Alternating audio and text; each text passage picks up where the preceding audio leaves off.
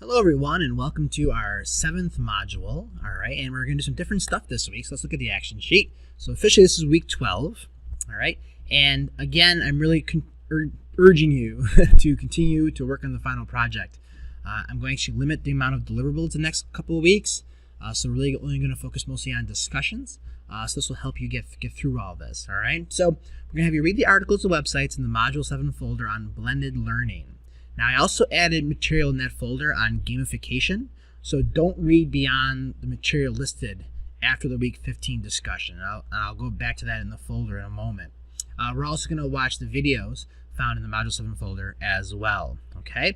So this week, we're going to look at something called blended learning. Now, we already had a great discussion about flipped learning earlier in the course, and we've talked about podcasting and screencasting and Google Docs and digital storytelling and all these web tools and Common Core, right? So hopefully we can start to put all of this together. And now how do you take all of that, and as a teacher, how do you use it? And how do you use it effectively? And how much do you use? And what do you expect students to do, right? So blended learning is a great way to take what you do in the classroom and also extend that learning outside the classroom through digital tools, all right? Now this is where most of us are going now, that we really expect students to work digitally beyond school. Most of our schools now have bought into learning management systems like Edmodo or Schoology or Google Classroom, and teachers now are taking that and pushing what's being done in the classroom beyond. Now, this doesn't have to be do a flipped learning model. It could be part of the puzzle, but not everything. So we're going to talk about blended learning, and I know a lot of you are going to be wondering, well, what about access to technology and the digital divide? Those are all really important issues that we should talk about, okay? So, what is your overall impression of blended learning here at the prompt? Have you ever used these strategies before? You know, I really want you also to watch a video that I made called My Blended Learning Environment, where I go over how I use it. So please watch that carefully. And what problems do you anticipate? So that's in the week 12 folder. There's the discussion. You're going to post it to the week 12 discussion. Now that's due by the 17th.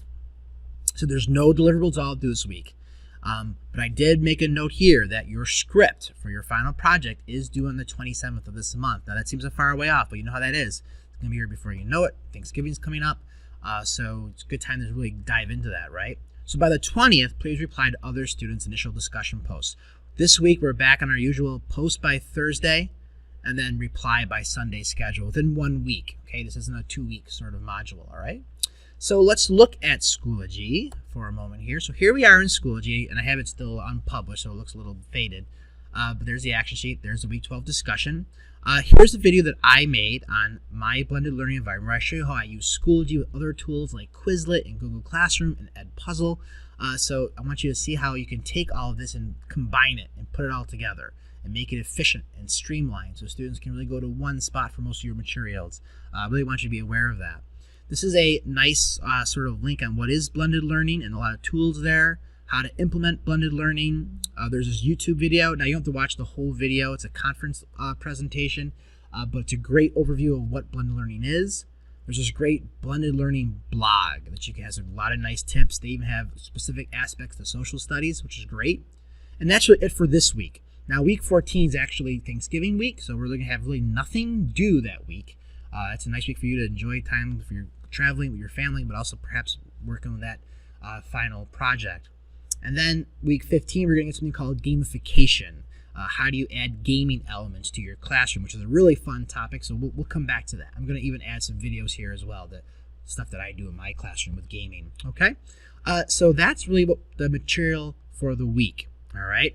So I hope that will make sense to you. Now, in the video that I show you, I want you to watch this video. I also talk about how I use Schoology and I use these tools all together. But again, there's a lot of options out there. I mean, I've tried to model for you how I use Schoology with my own students, right? So here we're using Schoology for our course.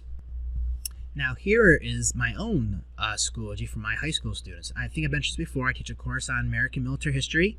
The students get credit through Niagara University for this course. So I post like a course setup video.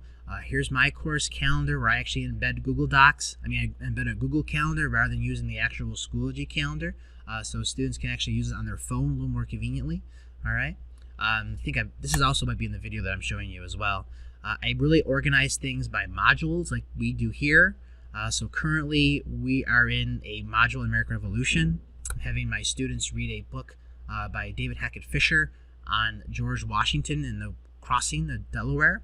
So they had to do some presentations, all the assignments here. These go right to Google Classroom. Here's some articles they're reading in this module.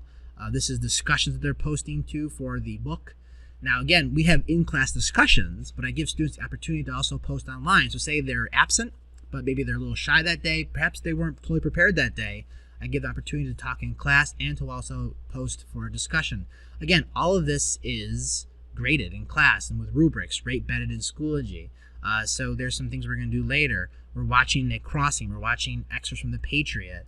So everything's kind of organized into these folders and modules on Schoology. All right. They take quizzes on here on content. Everything's here for them.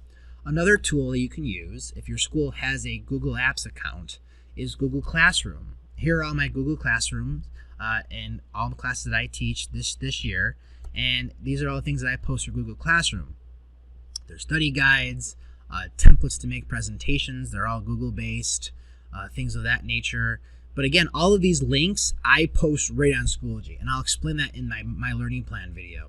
But Google Classroom is a great tool. Some teachers just use this, and for a while I just used this, where you can, here I'll click a little plus, you could create a question for a discussion, kind of like a poll everywhere question. You could post an assignment. You could just do class announcements. And again, it's really super nice and it's super streamlined, but everything's in one big feed, right? Unlike Schoology, where you have folders and you have different ways you can post things. Here in Google Classroom, right, it's just one big long stream. All right. Then there's Edmodo, and some of you have said you already had experience with Edmodo. I used to use Edmodo with my high school students. I still use Edmodo with some of my Acacia's College graduate students. And again, this is graduate work, so it's not my high school students, but it's similar.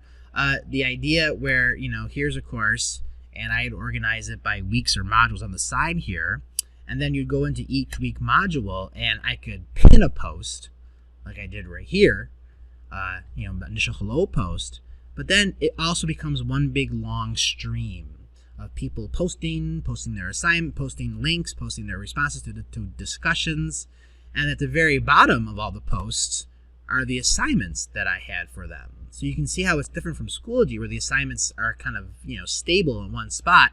Here, just like Google Classroom, the assignments become part of one long feed, and see how it's kind of a little bit cumbersome to get to the bottom of a feed.